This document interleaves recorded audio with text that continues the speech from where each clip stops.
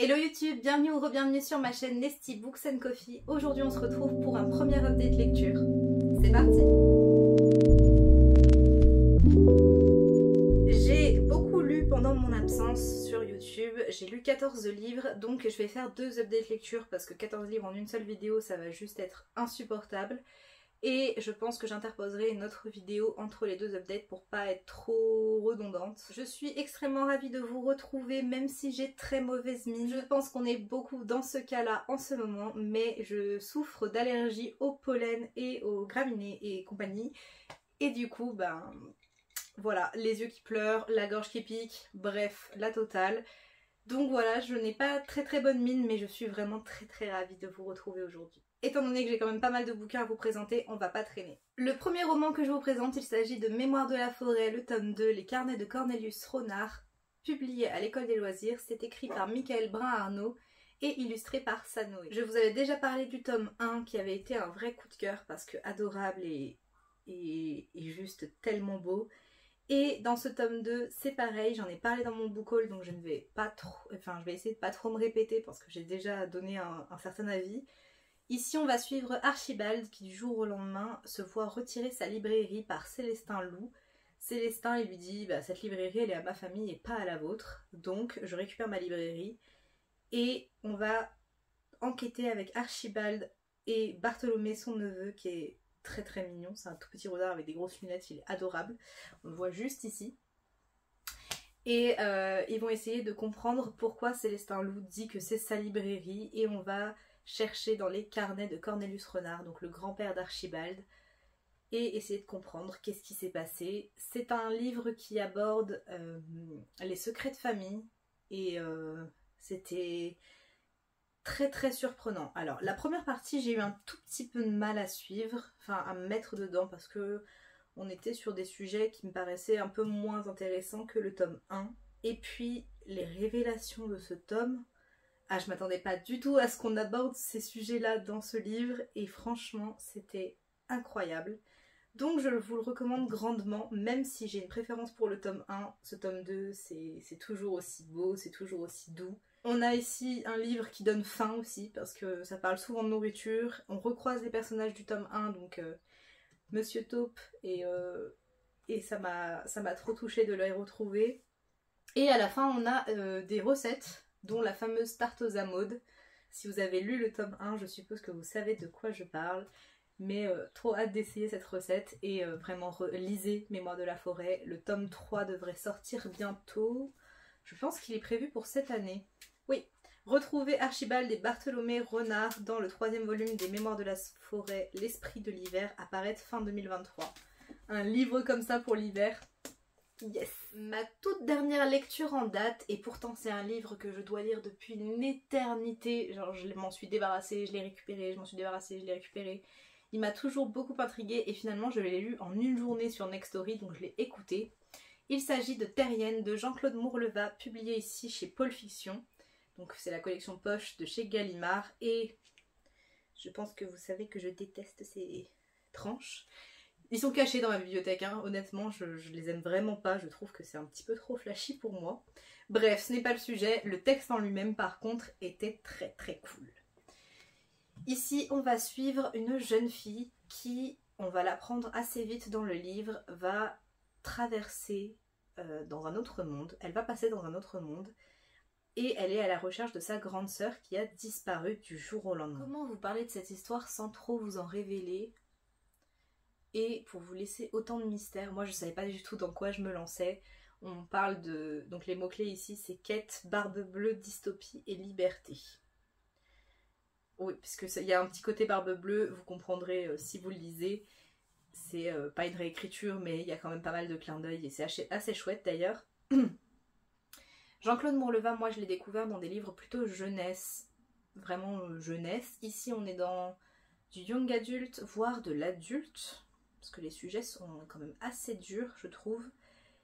Il y a quelques petites choses qui font qu'on sait qu'on est dans du young adult, mais sinon c'est vrai que c'était assez intriguant. Dans le monde dans lequel la jeune fille passe, elle s'appelle Anne, j'ai oublié de le dire, Elle va découvrir un monde immaculé avec des personnes qui ne respirent pas, qui ne rigolent pas, qui ont peur de la saleté et de tout ce qui l'entoure. C'est un monde très particulier et en audio, il m'a mis tellement mal à l'aise. Et c'est le but, hein, c'est vraiment ce qui était recherché, je pense. Mais j'étais mal à l'aise, j'étais en apnée avec les personnages. Et vraiment, c'était... Ouais, ça m'a bousculé. J'ai trouvé que c'était très très bien lu en plus. Vraiment en audio, on a des sons, on a des musiques, enfin pas des musiques, mais on a des chants, des petites choses comme ça qui apportent énormément à l'ambiance. C'était vraiment très étrange et j'ai adoré cette lecture. Le seul bémol que je mettrais, c'est l'espèce de romance qui se met en place.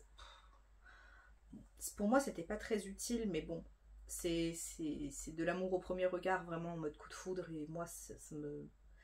J'ai pas trop compris, ils se rencontrent, et puis du jour au lendemain, ils s'aiment, donc... Bref, c'est pas très réaliste, mais de toute façon, il n'y a rien de réaliste dans le bouquin. Mais en tout cas, c'était une superbe histoire. J'ai même failli verser ma larme à un moment, parce qu'il y a un événement auquel je ne m'attendais pas du tout. Et c'est vraiment... Ouais, une chouette histoire que je vous recommande très très grandement. Je m'hydrate avant de passer à un livre qui m'a un petit peu déçue. Nesty Books & Coffee reste accro au café, mais je passe au café glacé. C'est pour ça que vous voyez cette tasse avec plein de condensation. Mais je l'adore.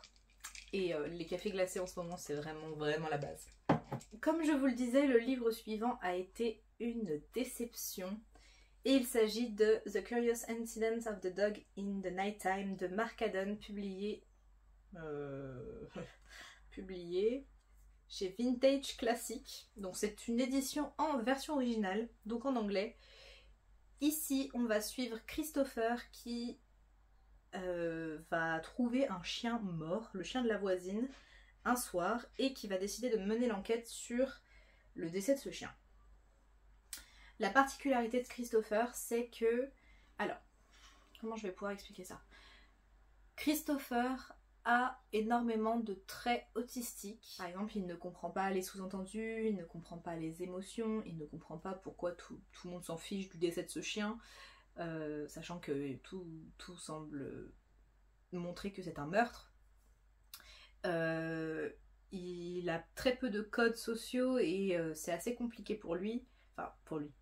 Non, lui il se sent pas mal, mais c'est assez compliqué d'interagir avec le monde autour de lui. Quand j'ai pris ce livre, je pensais qu'on était vraiment sur un Asperger nommé.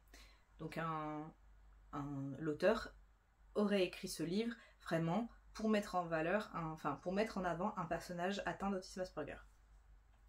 Il s'avère que non, l'auteur a dit que ce n'était pas son but, qu'il avait écrit Christopher un petit peu de façon un peu particulière, mais que c'était pas vraiment pour montrer l'autisme ou quoi, et que même, il me semble même avoir vu que ça l'agaçait qu'on rapporte tout le temps ce livre à ce sujet, et en fait c'est les éditeurs qui l'ont vendu comme ça. Donc je suis un petit peu... Je me suis dit mince, c'est pas le livre que je voulais lire du coup, parce que moi c'était vraiment ça qui m'intéressait. Je vais le commenter comme si vraiment c'était ça, c'est comme si c'était acté que le personnage de Christopher était autiste.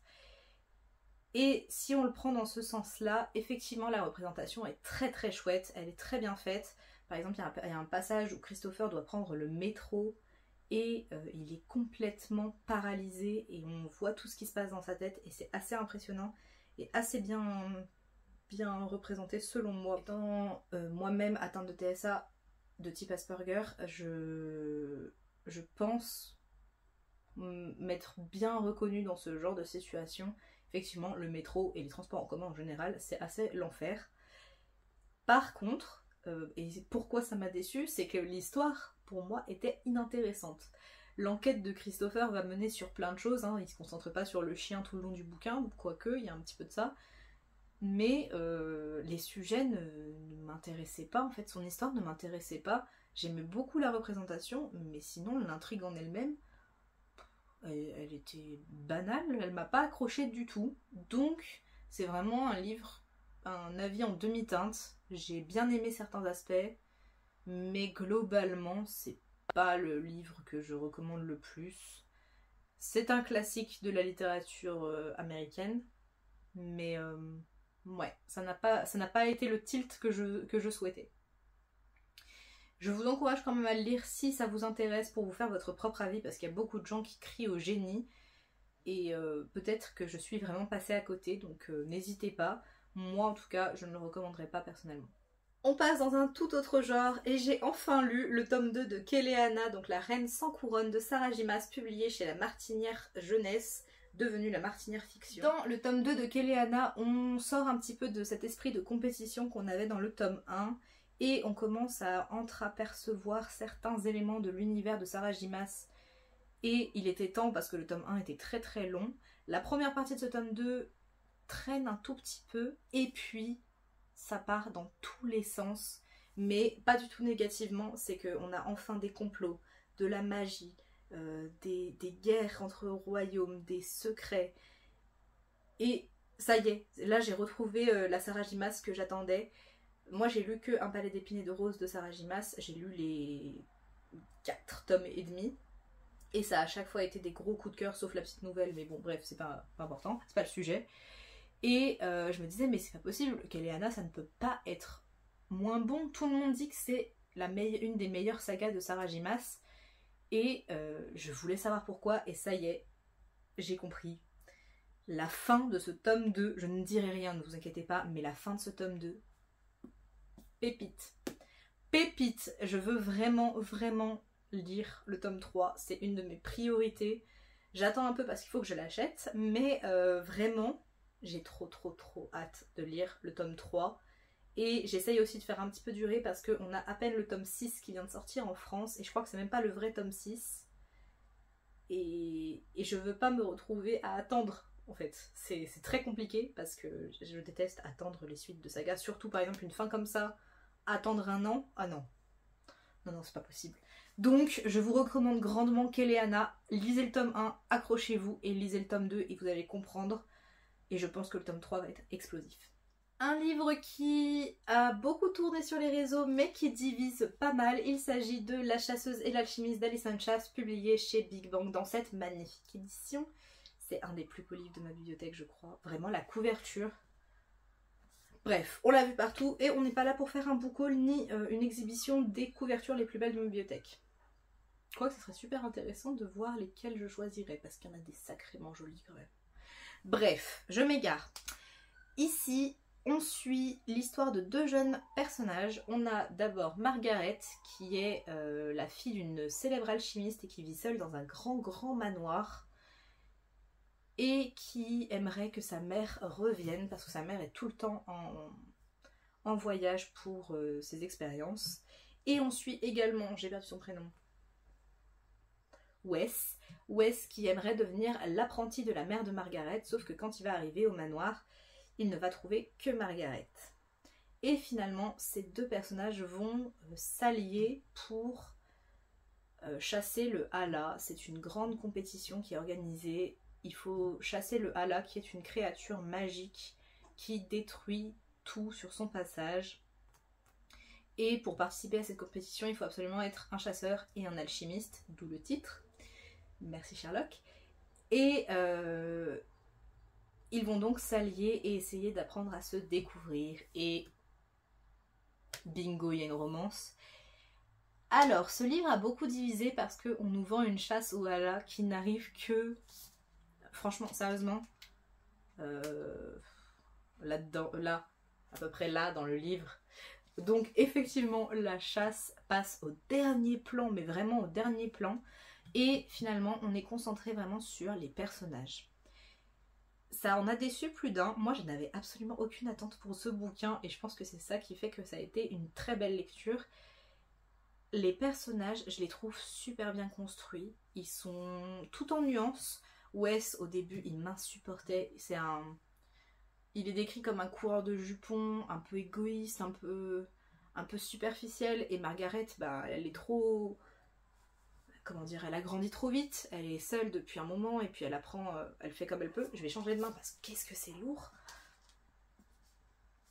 Et oui, il faut qu'ils s'apprivoisent, il faut qu'ils essayent de s'accorder, et ils n'ont pas les mêmes croyances, mais ils sont tous les 2 un peu mis à part pour des raisons que vous découvrirez si vous lisez le roman.